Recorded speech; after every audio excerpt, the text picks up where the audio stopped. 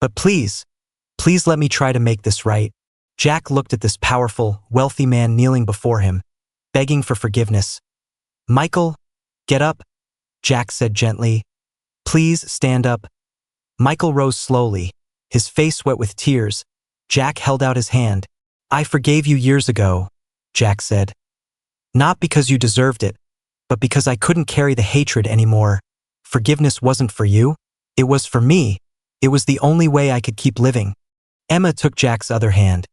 You're the most incredible person I've ever met, she said. How are you so good? How did you keep your heart so pure after everything you lost? Jack smiled sadly. I'm not good, Emma. I'm just tired of pain. I'm tired of anger. I'm tired of losing. The night I saved you, Jack continued, something changed inside me. For the first time since Lily died, I felt like I had a purpose again. Like maybe all my suffering could mean something if I used it to help others instead of hurt them. Michael wiped his eyes and stood up straighter. Jack, I want to do something, he said, his voice becoming stronger. I want to create a foundation in Lily's name, a foundation that provides free treatment to families who can't afford it. I want her memory to save lives. Jack's eyes widened, fresh tears forming. You would do that? He asked. You would honor my daughter? Yes, Michael said firmly. And I want you to run it. You're a doctor, Jack. You know medicine, you know pain, you know what these families are going through. You're the perfect person to lead this. Jack shook his head. I can't. I haven't practiced medicine in 10 years. I'm broken. You're a survivor, Emma interrupted. You're someone who chose kindness over revenge. You're exactly who these families need. Jack looked at them both, seeing their sincere, desperate faces. The Lily Morrison Foundation, he said softly, testing the words. My daughter's name could save other children. Michael nodded eagerly. We'll fund it completely, unlimited resources. Every child who needs help will get help. I promise you, Jack, no more families will suffer like yours did. Jack started crying again, but this time they were different tears. Not tears of pain, but tears of hope. She would have liked that, he said, his voice choking with emotion. Lily would have loved knowing that other kids would be saved in her name. Emma hugged Jack carefully, mindful of his recent surgery. We can't change the past, she whispered. But we can change the future. Together, we can make sure Lily's death meant something. Jack held Emma and looked at Michael. I don't know if I can do this, he admitted. I've been broken for so long. I don't know if I can be whole again. Michael stepped forward and put his hand on Jack's shoulder. You don't have to be whole, he said. None of us are whole. We're all broken in different ways, but maybe together, our broken pieces can build something beautiful. The Lily Morrison Foundation, Jack repeated, and this time he smiled, a real, genuine smile. Yes, let's do it. Let's save these children. Let's make sure no other father has to watch his daughter die because he doesn't have enough money. For the first time in 10 years, Jack Morrison felt something he thought he'd lost forever. He felt hope. Jack's warm smile faded when he saw their faces. Emma and Michael looked like they had been crying for days. Their eyes were red and swollen, their expressions heavy with unbearable sadness. What's wrong? Jack asked, immediately concerned. Is everything okay? Emma and Michael entered the hospital room slowly, like they were walking to their own execution. Michael carried a thick folder filled with documents. His hands shaking, Emma's face was pale, and tears were already forming in her eyes. Jack, Michael began, his voice trembling. We need to talk to you about something we discovered. He pulled a chair close to Jack's bed and sat down heavily. Emma stood beside her father, holding his shoulder for support. Jack looked confused and worried. You're scaring me, he said. Whatever it is, just tell me. Michael opened the folder with shaking hands. He pulled out the first document, a photo of a little blonde girl in a pink dress. Jack, Michael said, his voice breaking. We know about Lily. Jack's entire body went rigid. The color drained from his face. He stared at the photo of his daughter, his lips trembling. How? He whispered. How do you know about my Lily? Emma knelt down beside the bed, tears streaming down her face. We found the records, Jack. We found everything. She pulled out more documents, medical files, application forms, rejection letters. We know that Lily was sick. We know she needed treatment. We know you couldn't afford it." Michael's hands were shaking so badly he could barely hold the papers. "Jack," he said, his voice filled with unbearable guilt. "We know that the pharmaceutical company that denied your daughter treatment was Chen Pharmaceuticals. We know it was my company. It was me." Jack closed his eyes, and a single tear rolled down his cheek. He didn't seem surprised, just infinitely sad. "I know," he said quietly. Emma and Michael froze, staring at him in shock. "What?" Emma whispered. "You know?" Jack opened his eyes and looked at them both, his gaze filled with old pain. "I've known for a long time," he said. "I found out 2 years after Lily died." Michael fell to his knees beside the hospital bed. "You knew?" he gasped. "You knew our company killed your daughter?" Jack nodded slowly. "I was going through Lily's medical records, trying to understand what happened, trying to make sense of it all," he explained. "That's when I realized the drug company that denied us help was Chen Pharmaceuticals. I was so angry," Jack continued, his voice quiet but filled with remembered rage. "I wanted revenge. I wanted to hurt the people who hurt me. For weeks, I planned how I would confront you, how I would make you feel my pain." Emma was sobbing now. "Then why did you save me?" she cried. "Why didn't you let those men take me? Why didn't you walk away?" Jack reached out and gently touched Emma's face, wiping away her tears. "Because I saw you," he said simply. "I saw a little girl, scared and alone, the same age my Lily had been. In that moment," Jack explained, "I had a choice. I could let my anger and pain turn me into a monster, or I could choose to be the man Lily would have wanted me to be." He smiled sadly. "Lily used to tell me, 'Daddy, you're a hero because you save people.' I couldn't let her down, even though she was gone." Michael was crying uncontrollably now. "But I let your daughter die," he sobbed. "My company's policies killed Lily. How can you not hate me? How can you even look at me?" Jack took a deep breath. "I did hate you," he admitted. "For a long time. I hated you so much it was eating me alive. But hate is heavy, Michael. It's like carrying a stone in your heart. Eventually, you have to put it down or it crushes you." "When did you realize who I was?" Emma asked, her voice small and broken. Jack smiled gently. "That night, when your father came to the police station, I saw his face on television before. I knew exactly who he was. I knew he was the CEO of Chen Pharmaceuticals." Emma gasped. "You knew that whole time?" "Yes," Jack said. "And for a few seconds I was angry again. I thought, why should his daughter live when mine didn't? But then I looked at you, Emma. You were just a child, innocent and pure. What happened to Lily wasn't your fault." Michael stood up and faced Jack directly. "I changed the company policy after Lily died," he said desperately. "I created a patient assistance program. I made sure no other child would be denied treatment. Does that matter? Does it change anything?" Jack looked at Michael for a long moment. "I know," he said. "I've followed your company's work over the years. I know about the assistance program. I know you've saved hundreds of children who couldn't afford treatment." He paused. "It doesn't bring Lily back, but it matters. Yes, it matters." "Jack, I am so sorry," Michael said, dropping to his knees again.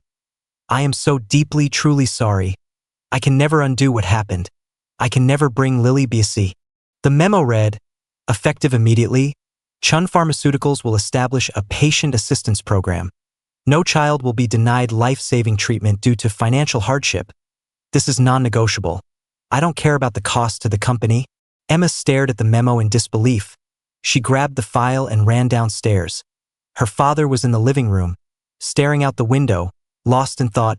"Dad!" Emma shouted, waving the memo. "Did you know? Did you know about Lily when you created this program?" Michael turned around. His face looked 10 years older than it had a week ago. "No," he said quietly. "I didn't know it was Jack's daughter specifically, but I knew we had denied children treatment, and I couldn't live with it anymore." Emma sat down beside him. "Tell me what happened," she said. Michael took a deep breath. 3 months after we launched 247, I received an anonymous letter," he began. "It was from a nurse at Memorial Hospital. She told me about a little girl who had died because she couldn't afford our drug. She told me about the girl's father, a good doctor who had tried everything to save his daughter. The letter haunted me, Michael continued, his voice breaking. I couldn't sleep at night thinking about it. I had a daughter the same age. What if it had been Emma? What if she had been sick and I couldn't afford to save her? He wiped tears from his eyes. So I changed our policy. I created the assistance program, but I never knew the doctor was Jack. I never connected it until now. Emma's mind was racing. Dad, there's something else, she said, showing him more documents she had found. Look at this. Jack worked at Memorial Hospital when I was kidnapped. I found his employment records. Michael looked at the papers, confused. So, the night Jack saved me, he had a job interview at Memorial Hospital, Emma explained, pulling out more documents. After Lily died and his wife left him, Jack fell into depression and lost his job, but he was trying to get his life back together. He had an interview scheduled for 8 p.m. that night to be reinstated at the hospital. Emma showed her father the interview appointment confirmation. The interview was at Memorial Hospital on the Upper East Side, she said, but I was lost in the Lower East Side, miles away. Jack left his interview to save me. Michael's eyes widened with shock. He missed his interview? I called the hospital's HR department, Emma said. They confirmed that Dr. Jack Morrison never showed up for his interview. They marked him as a no-show and hired someone else. He lost his chance to restart his career because he stopped to save me. Michael covered his face with his hands. He gave up everything for you? He whispered. Everything? Emma nodded, tears streaming down her face. But there's more, Dad. I found Jack's records from after that night, after he saved me. He tried to reschedule the interview, but the hospital refused. They said he was unreliable. Without that job, Jack had no income, Emma continued. Within 3 months, he lost his apartment. He ended up on the streets, completely homeless. And it was all because he chose to save me instead of going to his interview. Father and daughter sat in silence, the weight of the truth crushing them.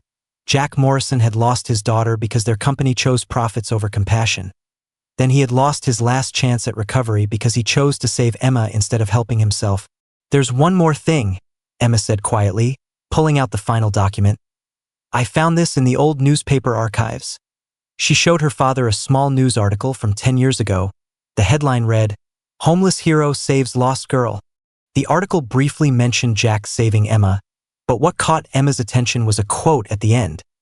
A reporter had asked Jack why he helped, and Jack had simply said, Every child deserves to be saved, even when my own daughter wasn't. Michael read the quote and broke down completely.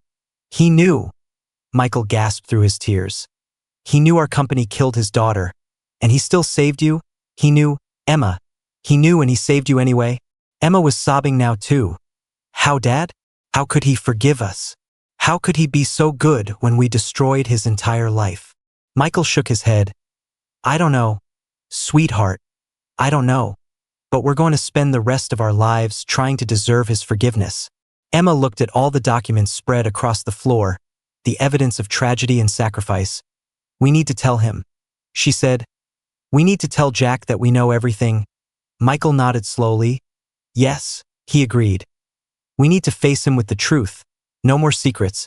He deserves to know that we understand what he sacrificed. But what if he hates us? Emma asked fearfully. What if knowing that we know makes everything worse? Michael stood up and looked at his daughter. Then we'll accept his hatred, he said firmly. We'll accept. Emma couldn't eat, couldn't sleep, couldn't think about anything except the terrible discovery.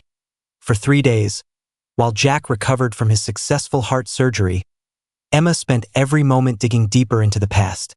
She became obsessed with finding out exactly what happened to Lily Morrison. Her father Michael had given her access to Chen Pharmaceuticals' old records. Find everything, he had said, his voice filled with guilt and pain. I need to know the complete truth, even if it destroys me. Emma sat in her father's home office, surrounded by boxes of old files and documents. Her eyes were red from crying and lack of sleep, but she kept searching. She pulled out file after file, reading medical reports, financial records, and patient applications. Then she found Lily's folder, a thin manila envelope with Morrison, Lily, age 7 written on it. Emma's hands trembled as she opened it. Inside was a photo of a beautiful little girl with blonde curls and bright blue eyes, smiling at the camera. She was wearing a pink dress and holding a teddy bear. Emma started crying immediately. This was Jack's daughter, the little girl he had loved and lost. She looked so happy in the photo, so full of life. Emma could barely stand to look at it, knowing this child had died. The file contained Lily's medical records. Emma read through them carefully. Lily had been diagnosed with acute myeloid leukemia with a rare genetic mutation. Standard chemotherapy wasn't working. The doctors recommended Chen Pharmaceuticals' new experimental drug, SEM-247. Emma found the application that Jack had submitted. It was handwritten, dated 11 years ago. The writing was desperate, begging, "Please help my daughter," Jack had written. "She is only 7 years old. She has her whole life ahead of her. I am a doctor. I have dedicated my life to helping others. I am begging you to help me save my child." Attached to the application were Jack's financial documents. He had emptied his savings account, sold his car, borrowed money from everyone he knew. But he was still $50,000 short of the $200,000 treatment cost. Emma found the response letter from Chen Pharmaceuticals. It was cold, formal, bureaucratic. "Dear Dr. Morrison, we regret to inform you that we cannot provide financial assistance for experimental treatment SEM-247. Our company policy requires full payment before treatment begins. We understand this is difficult, but we must maintain our standards. Sincerely, Chen Pharmaceuticals Patient Services Department." Emma threw the letter across the room. "How could we?" she screamed. "How could we do this to him?" But there was more, much more. Emma kept digging and found something that made her blood run cold. She discovered internal emails between executives at Chen Pharmaceuticals. The emails were from the same month that Lily had applied for treatment. One email from the chief financial officer said, "We've received multiple requests for financial assistance for SEM-247. If we start giving discounts, it will set a bad precedent. We must maintain our pricing structure." Another email from a marketing executive said, "SEM-247 is generating excellent profits. We should not compromise our revenue by offering charitable programs at this time." Emma felt physically sick. She ran to the bathroom and vomited. Her own family's company had chosen profits over a child's life. They had chosen money over saving Lily Morrison. But then Emma found something even more shocking. Buried deep in the old records, she discovered a memo dated 3 months after Lily's death. It was from her own father, Michael Chen. "Then do the surgery," Michael said without hesitation. "Money is no object. Give him the best treatment available." The doctor nodded. "We'll prepare him for surgery tomorrow morning. But Mr. Chen, I must be honest, his condition is serious. The surgery is risky." "Save him," Michael said firmly. "Do whatever it takes." Emma grabbed her father's arm. "He has to survive, Dad. He has to." That night, while Jack was resting in his hospital room, Emma couldn't sleep. She kept thinking about Jack's story, about his daughter Lily who had died from a rare disease. Something was bothering her, nagging at the back of her mind. She remembered Jack saying the treatment cost $200,000. She remembered him saying it was an experimental drug. Suddenly, Emma sat up straight in bed. Her father's company, Chen Pharmaceuticals, specialized in experimental drugs for rare diseases. Emma grabbed her laptop and started searching. She typed, "Rare blood disease experimental treatment 10 years ago," into the search engine. Pages and pages of results appeared. She scrolled through them, her heart beating faster. Then she found it. An article from 11 years ago. Chen Pharmaceuticals develops breakthrough treatment for rare blood disease. Emma's hands froze on the keyboard. She clicked on the article and read it carefully. The article described how Chen Pharmaceuticals had created a revolutionary new drug for treating a rare pediatric blood disorder. The drug was expensive but highly effective. Emma's blood turned cold. The disease described in the article matched exactly what Jack had said about Lily. "No," Emma whispered. "It can't be." She kept searching, digging deeper into old medical records and news articles. She discovered that the drug had been released for testing exactly when Lily got sick. The timeline matched perfectly. Emma found more information. Chen Pharmaceuticals had a strict policy for their experimental drugs. Only patients who could pay the full price could receive treatment. Insurance companies wouldn't cover experimental drugs, so families had to pay out of pocket. Emma felt sick to her stomach. She ran to the bathroom and splashed cold water on her face. Her reflection stared back at her in the mirror, pale and shocked. "Our company?" she whispered. "Our company had the drug that could have saved Lily?" The next morning, Emma arrived at the hospital early. She found her father in the waiting room, drinking coffee and looking exhausted. He had stayed at the hospital all night, watching over Jack. "Dad," Emma said, sitting down beside him. "I need to ask you something important." Michael looked at her, noticing the serious expression on her face. "What is it, sweetheart?" Emma pulled out her laptop and showed him the articles she had found. "Dad, 11 years ago, did our company develop a treatment for rare blood diseases?"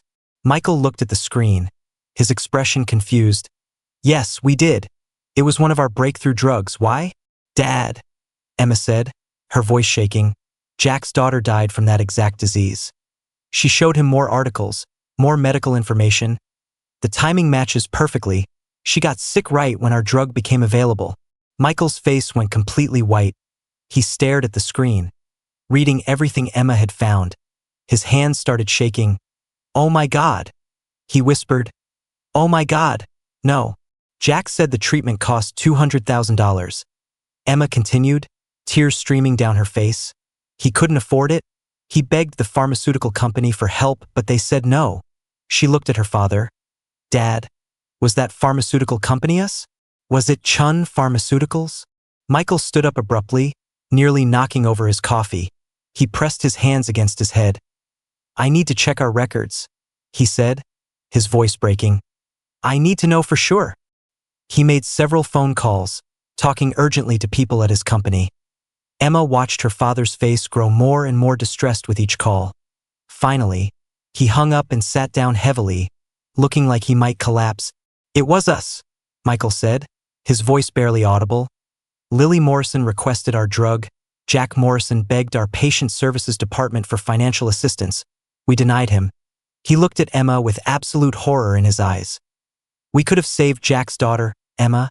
Our company could have saved her, but we didn't." Emma felt the room spinning around her. "Jack saved me," she said, crying. "Even though our family's policies killed his daughter, he still saved my life." Father and daughter sat together in the hospital waiting room, both crying, both understanding the terrible weight of what they had discovered. The man sleeping upstairs in the hospital bed had lost everything because of their family's company. And yet, he had still chosen to save their lives. Emma pulled out her phone with shaking hands. "I'm calling my father right now," she said firmly. "You need help, Jack. You need a doctor." Jack tried to protest. "No, Emma. I don't want to be a burden. I'm fine, really." But Emma could see he was not fine at all. His skin looked gray, his breathing was shallow, and he was so thin that his bones showed through his clothes. "You saved my life 10 years ago," Emma said, looking directly into his eyes. "Now let me save yours. Please, Jack. Please don't say no." The kindness in her voice made Jack's resistance melt away. He nodded weakly, too tired to argue anymore. Emma dialed her father's number. Her hands were still trembling with emotion. The phone rang twice before Michael Chen answered. "Emma, is everything okay?" Her father's concerned voice came through. "Dad," Emma said, her voice breaking. "I found him. I found Jack." There was complete silence on the other end of the line. Then Emma heard her father's sharp intake of breath. "What? Where?" "I'm coming right now. Don't let him leave. I'll be there in 10 minutes."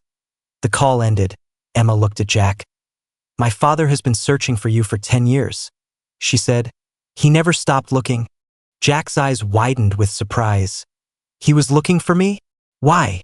"Because you saved his daughter," Emma said simply. "Because you're a hero." True to his word, Michael Chen arrived at the shelter in exactly 9 minutes. His expensive black Mercedes pulled up outside, and he rushed through the door still wearing his business suit.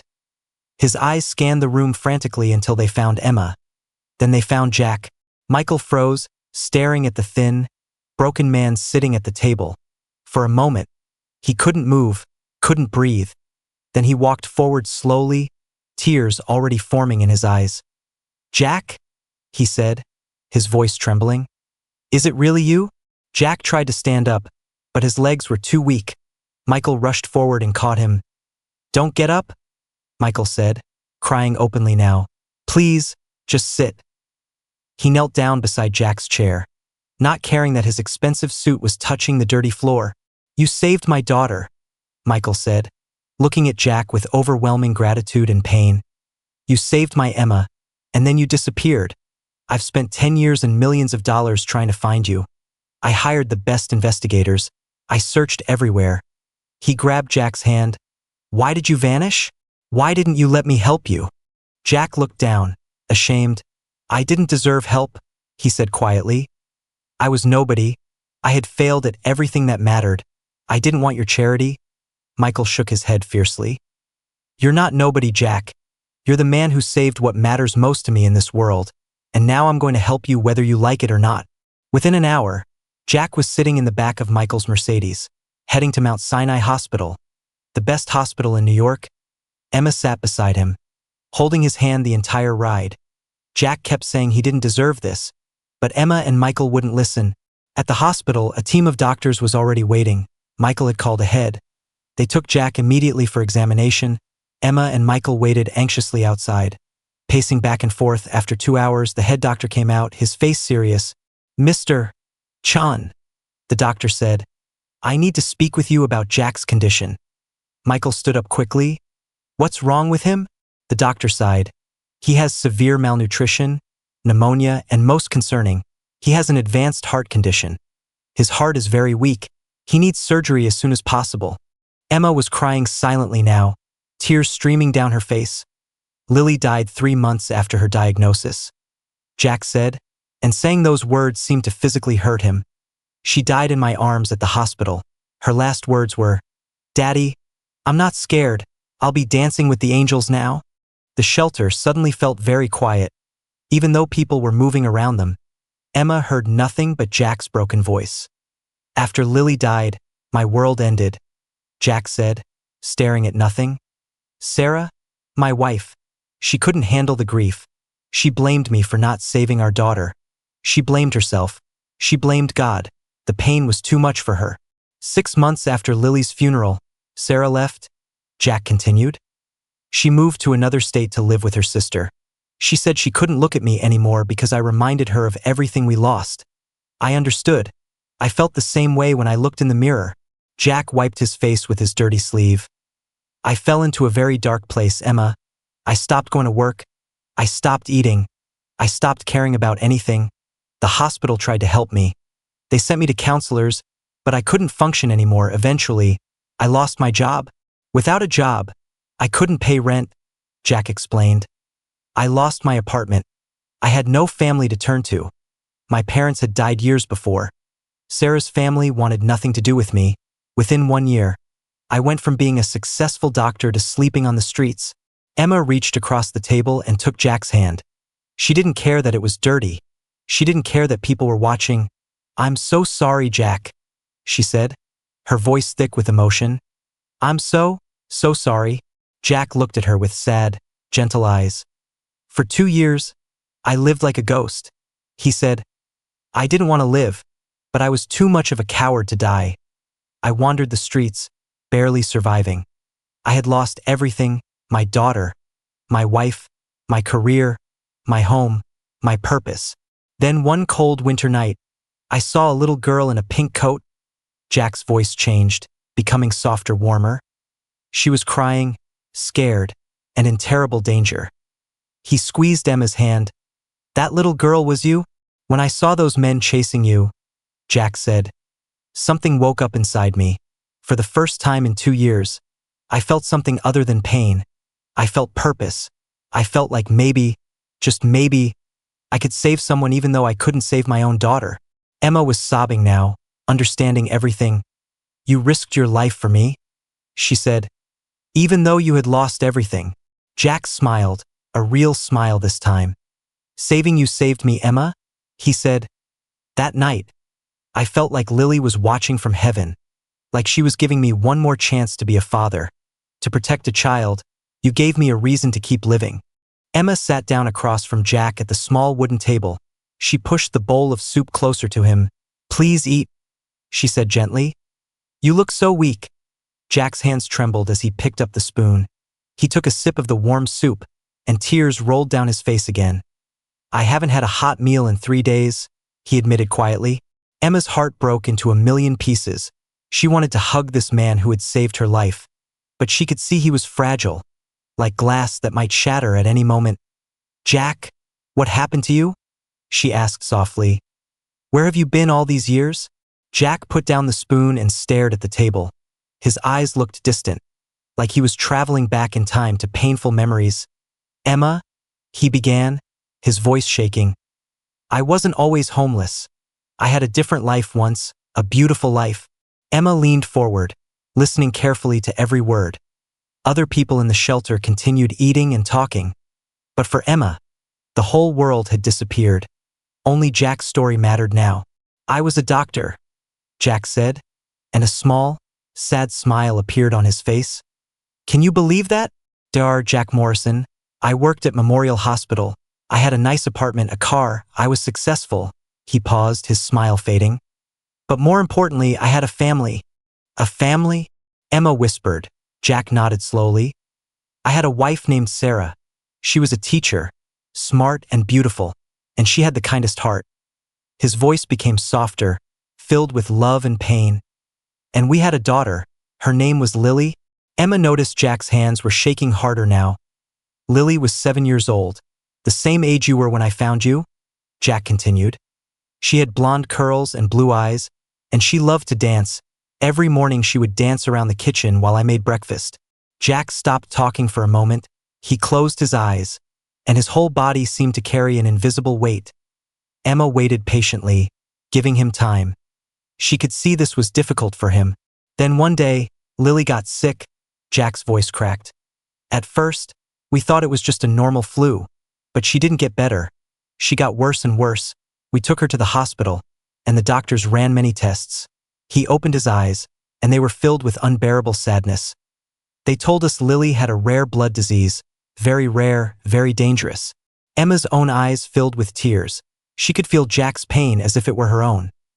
"The doctors said there was an experimental treatment, a new drug that might save her," Jack continued. "But it was extremely expensive. Insurance wouldn't cover it. It cost $200,000. I sold everything I had," Jack said, his voice becoming stronger with desperate energy. "I sold my car, my furniture, everything valuable in our home. I borrowed money from friends, from banks, from anyone who would lend to me.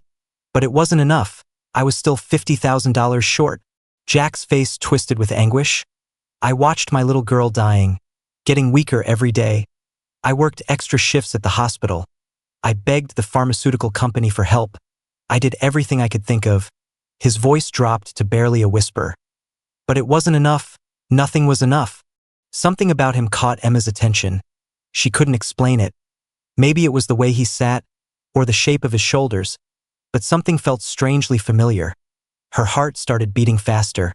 She picked up a bowl of soup and walked slowly toward him. "Excuse me, sir," Emma said softly, approaching his table. "Here's some hot soup for you." The old man didn't look up.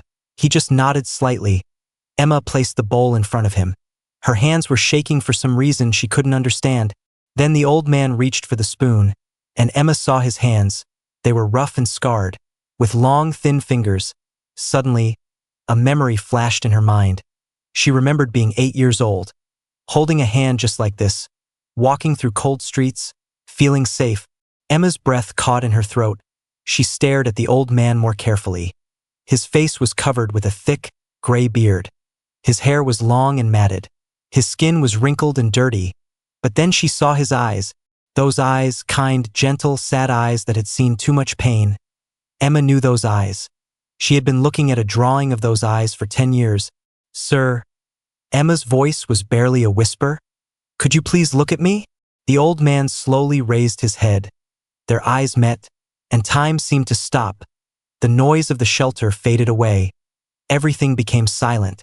The old man's eyes grew wide with shock and recognition. His mouth opened slightly. The spoon fell from his hand and clattered on the table. "No," he whispered, his voice rough and broken. "It can't be." Emma's eyes filled with tears. Her whole body started trembling. "Jack?" she said, her voice cracking with emotion. "Is it really you?" The old man's face turned pale. Tears began streaming down his weathered cheeks. "Little Emma?" he whispered in disbelief. "You're all grown up." Emma couldn't hold back anymore. She started crying, her tears falling like rain. "I've been looking for you for 10 years, she sobbed. 10 years you disappeared. I thought I would never see you again." Jack tried to speak, but his voice broke. He covered his face with his shaking hands. His shoulders trembled as he cried. All the other people in the shelter were staring now, wondering what was happening. Emma didn't care who was watching. She knelt down beside Jack's chair and took his rough, dirty hands in hers. "You saved my life that night," she said, looking into his eyes. "You were my hero, and I never forgot you. Not for a single day." Jack looked at this beautiful young woman, so different from the scared little girl he had rescued. "I'm nobody's hero," he said sadly. "Look at me.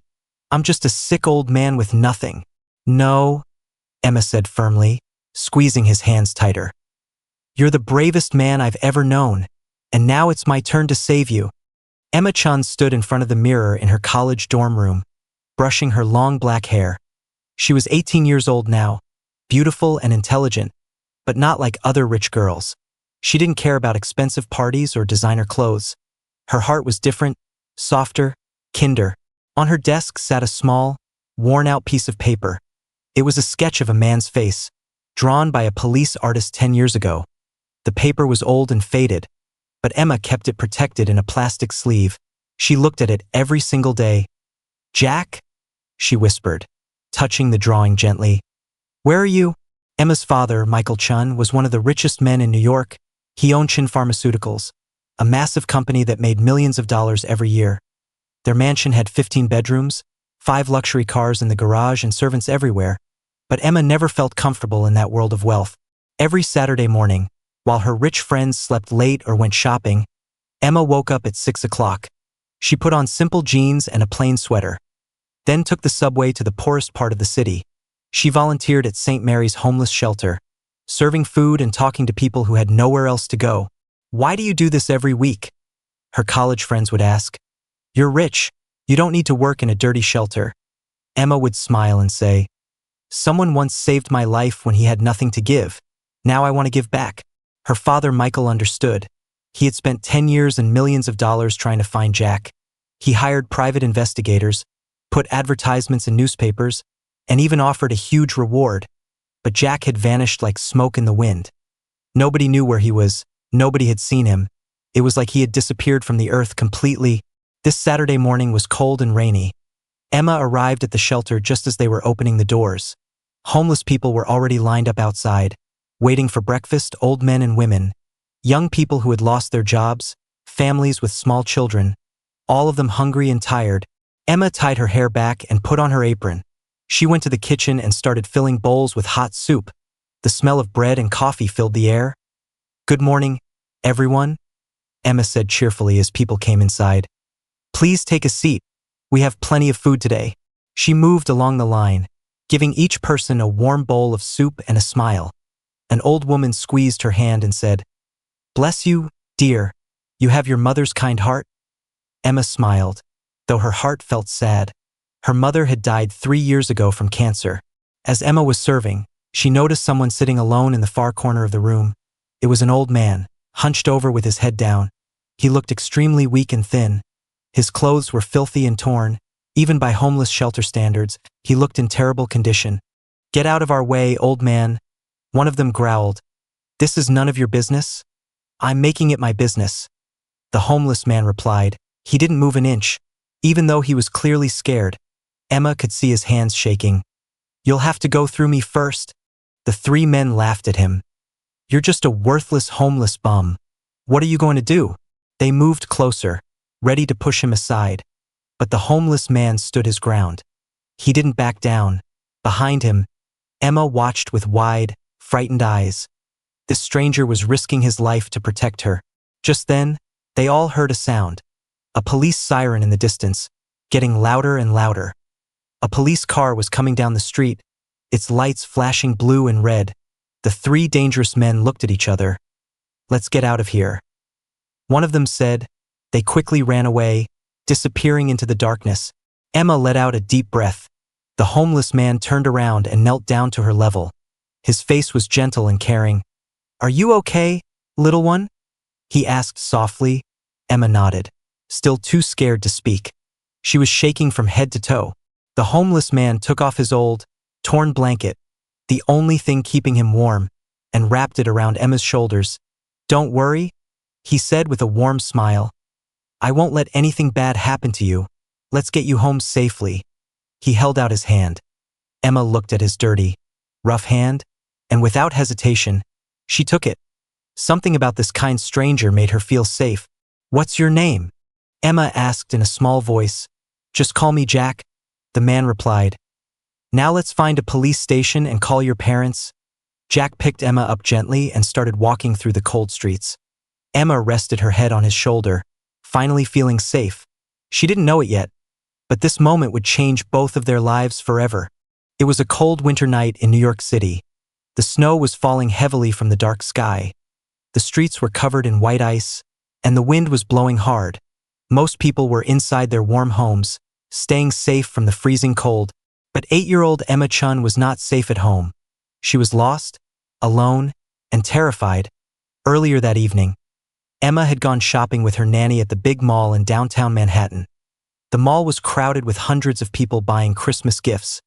Emma had let go of her nanny's hand for just 1 minute to look at a beautiful toy in a shop window. When she turned around, her nanny was gone. Emma searched everywhere, calling out, but she couldn't find her. She started to panic. Her little heart was beating fast. Tears began rolling down her soft cheeks. Without thinking clearly, Emma ran out of the mall into the cold street, trying to find her way home, but she had no idea where she was going. Now Emma was walking in a dangerous part of the city, a place where no child should ever be alone, especially at night.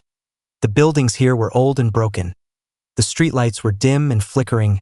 Strange shadows moved in the darkness. Emma's expensive pink coat and shiny shoes made her stand out. Anyone could see she didn't belong here. She was shivering, not just from the cold, but from pure fear. "Mommy, Daddy?" Emma whispered, crying harder now. She hugged herself tight, trying to stay warm. Her fingers were turning red from the freezing cold. She didn't know what to do or where to go. Everything looked scary and unfamiliar. Suddenly, Emma heard footsteps behind her, heavy and fast. She turned around and saw 3 big men walking toward her. They had mean looks on their faces. They were laughing and pointing at her. Emma's blood turned cold with fear. She started walking faster, but the men walked faster too. "Hey little girl, you lost?" One man called out in a rough voice. "What's a rich kid like you doing here?" Another man laughed. Emma started running. Her small legs moved as fast as they could, but the men were faster. They were getting closer and closer. Emma ran into a dark, narrow alley. It was a dead end with tall brick walls on both sides. She was trapped. There was nowhere else to run. She pressed her back against the cold wall, shaking with terror. The 3 men appeared at the entrance of the alley, blocking her only way out. "Please leave me alone," Emma cried, her voice tiny and scared. "I want my daddy." The men just laughed and moved closer. Emma closed her eyes tight, praying for someone to help her. Then, like a miracle, a figure stepped out from the shadows. It was a homeless man. He was wearing old, torn clothes that were too thin for the winter cold.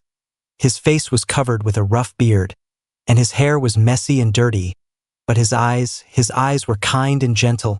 The homeless man stepped between Emma and the dangerous men. He spread his arms wide, protecting the little girl with his own body. "Leave the child alone," the homeless man said in a firm, strong voice. The 3 men stopped and stared at him.